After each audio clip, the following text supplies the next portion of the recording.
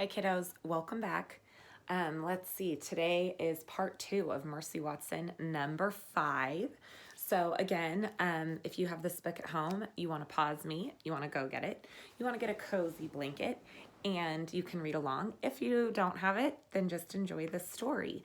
Now we always have to do a quick recap when we're reading a chapter book. So yesterday we learned that sweet little Mercy Watson, who's a pig, she was out in the backyard drinking lemonade with her family, and she stuck her little head through the hedge, and she smelled the pansies that Eugenia Lincoln and Baby Lincoln were planting in their house. And of course, we know from reading the previous stories that Eugenia Lincoln does not like Mercy Watson at all, but Baby does. And so, of course, Mercy then sneaks into the yard and starts eating the pansies. And we left off right where Eugenia sees Mercy Watson and she has pansies all over her chin, and she's eaten all their flowers in the front yard. So let's see what happens. Chapter 5. Meanwhile, back on the Watsons' patio, the Watsons were wondering where Mercy had gone.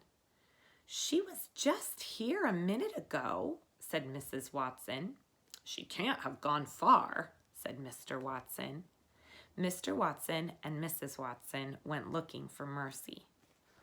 "Oh," said Mrs. Watson, "there she is. And look, she's playing a game of tag with Eugenia. They look so happy." A game of tag. I don't really think they're playing tag. I think Eugenia is probably chasing Mercy. "I don't think that sister is playing," said Baby. "And I don't think that sister is happy." "She's not?" said Mr. Watson. "No," said Baby, "she's not. Mercy ate every one of sister's pansies."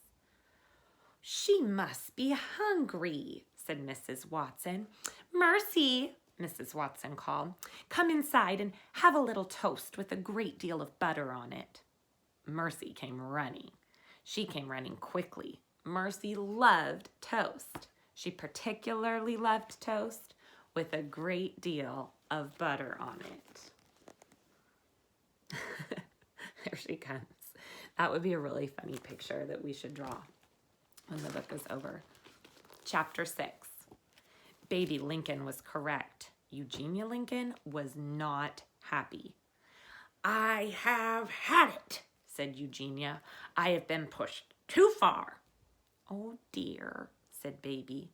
"I am ready to take extreme measures," said Eugenia Lincoln. "Extreme measures," said Baby. "I am calling animal control," said Eugenia. "Oh, sister, no," said Baby. "Oh, sister, yes," said Eugenia. Animal control is sort of like the pound. They take away any animal that isn't supposed to be in your house or doesn't have an owner. She got out the phone book. She ran her finger down the page. "Please, sister," said Baby. Eugenia stabbed a number with her finger. "Here we go," she said. "Oh, sister, please think about what you're doing," said Baby. "I know exactly what I'm doing," said Eugenia. "I am kissing that pig goodbye." And Eugenia is on the old-fashioned kind of phone that we have in the classroom or that I had in my house when I was a little girl. It's not a cell phone, so you have to press the buttons. So that's what it said. That's why it said she was stabbing the numbers, because she's really mad. Chapter 7. The phone rang at the Animal Control Center. Animal Control Officer Francine Poulette answered. "Help you," said Francine Poulette. "Yes," said the voice on the other end of the line. "I am calling to report an animal desperately in need of control."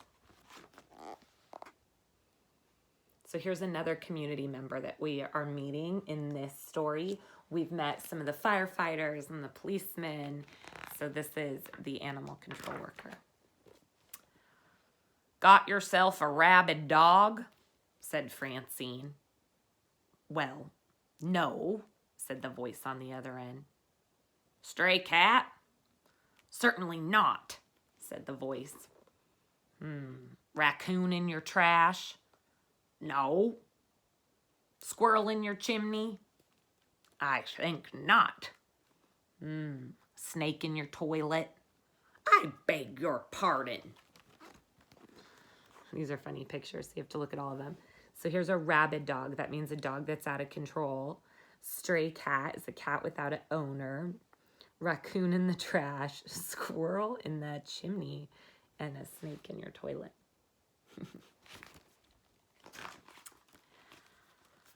Let me think, said Francine Poulette. It's not a dog or a cat. It's not a raccoon or a squirrel. And it's definitely not a snake. What could it be? Wait a minute, said Francine. You're not dealing with a skunk, are you? What I'm dealing with is a pig. A pig. A pig. A pig? A pig. Give me the address, said Francine Poulette. 54 Decawoo Drive, said the voice. See, a pig? A pig. Chapter 8. At 54 Decawoo Drive, Mercy was on the couch taking an after-toast nap. She was snoring. Oh, what a peaceful afternoon, said Mrs. Watson. Indeed, said Mr. Watson. Knock, knock, knock. Someone is at the back door, said Mrs. Watson. I'll get it, said Mr. Watson. He went into the kitchen. Come in, baby, said Mr. Watson. Oh, I can't, said Baby. Something terrible is going to happen. It is? Oh, an unmentionable horror approaches. It does?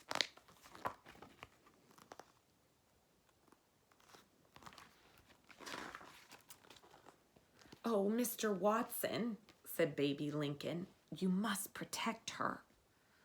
Protect her? Said Mr. Watson. Protect who? Baby threw herself into Mr. Watson's arms. She began to cry. There, there, said Mr. Watson. Mrs. Watson came into the kitchen. What is going on? She said. It seems an unmentionable horror is approaching, said Mr. Watson. Oh dear, said Mrs. Watson. I have always been terribly afraid of unmentionable horrors. What will we do? There, there, said Mr. Watson. I'm sure we'll think of something. So an unmentionable horror means something terrible that you can't even say out loud. So they actually have no idea what Baby is trying to warn them of. Chapter 9. Mercy was still on the living room couch. Knock, knock, knock. She opened one eye. Knock, knock, knock. Mercy opened both eyes. The Watsons' front door swung open. Mercy, said Stella. We're having a tea party and you are invited. Mercy yawned. I don't think she's interested, said Frank. There's Stella and Frank. There will be big pieces of cake and cream puffs and cheese toast, said Stella. Mercy sat up. Actually, she was interested. There will be eclairs and pancakes and enchiladas, said Stella. Mercy was very interested. But, said Stella, if you come to the tea party, you have to wear a hat. Everybody at a proper tea party wears a hat. Mercy thought about hats. She thought about food. She got off the couch. She followed Frank and Stella out the front door.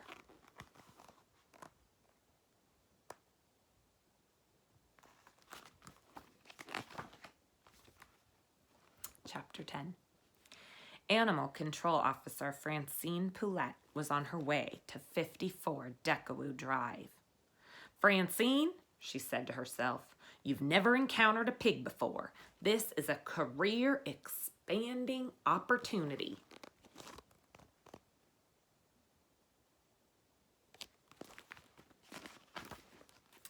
At the corner of Creek and Wendigo, Francine spotted a dog. She stopped the truck. Hello, little friend, said Francine Poulette. Are you lost? Earth, said the dog. Just as I suspected, said Francine. No tags. Hop in. On Merkle Street, a golden retriever stepped right in front of Animal Control Officer Francine Poulette's truck. Tisk, tisk, said Francine Poulette. Foolish dog.